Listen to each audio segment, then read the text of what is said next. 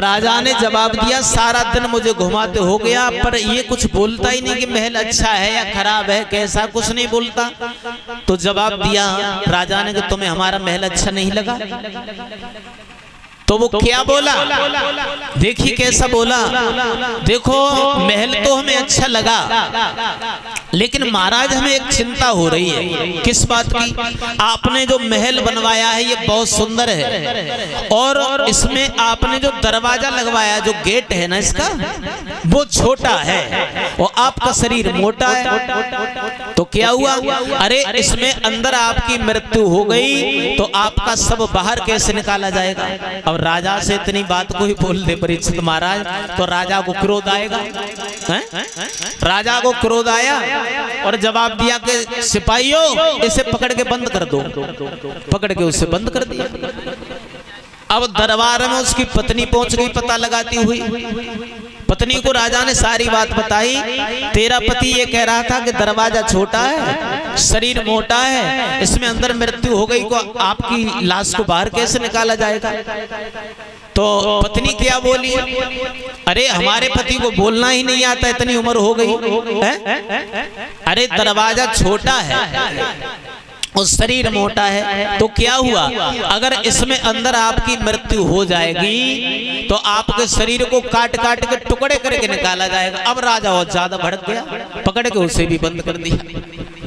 अब लड़का शाम को पता लगाता हुआ पहुंच गया कि हमारे माता पिता राजा के दरबार में गए हैं। अब राजा ने उसके लड़का को सारी बात बताई, तेरा पिता ये कह रहा था कि दरवाजा छोटा है, शरीर मोटा है, इसमें अंदर मृत्यु हो गई तो लाश को बाहर कैसे निकाला जाएगा? तेरी माँ ये कह रही शरीर को काट काट के निकाला जाएगा। तो देखना अब लड़का क्या बोला। लड़का बोला, महाराज हमारे माता पिता की इतनी उम्र हो गई, उन्हें बोलना ही नहीं आता। अरे दरवाजा छोटा है, शरीर मोटा है, तो क्या हुआ?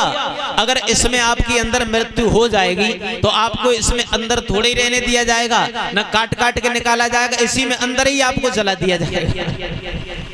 पकड़ के तीनों को बंद कर दिया है? तो पता नहीं इस दुनिया में लोग कैसा कैसा बोलते हैं। सुरजी बड़े जोश में बोल रही है, जवानी के जोश में आदमी होश खो बैठता है, अपनी गर्भावस्था को भगवान से भी बड़ा मान रही है। अगर भगवान खुश हो जाएंगे तो फिर उसके उदर में आने की जरूरत क्या है? उसके उदर में आने की जरूरत क्या है? तो गर्दन पर पैर रखने लगी। 5 वर्ष की उम्र है उस बालक की। ध्रुव ने हाथ जोड़े, मौसी माँ आज मुझे छोड़ दो, आज के बाद इस दरबार में मैं कभी नहीं आऊंगा, कभी नहीं आऊंगा भैया, आज मुझे छोड़ दे,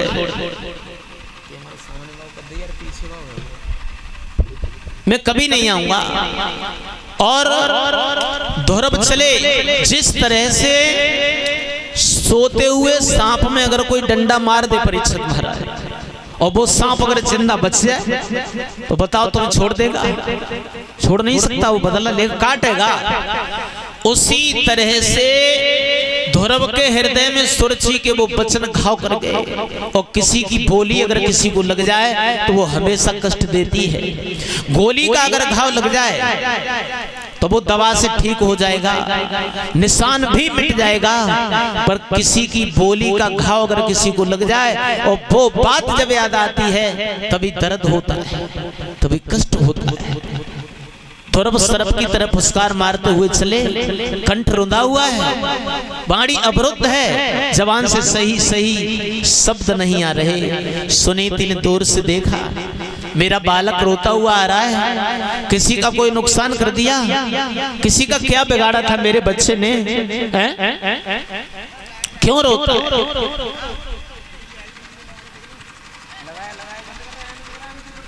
जल्दी लगा दो।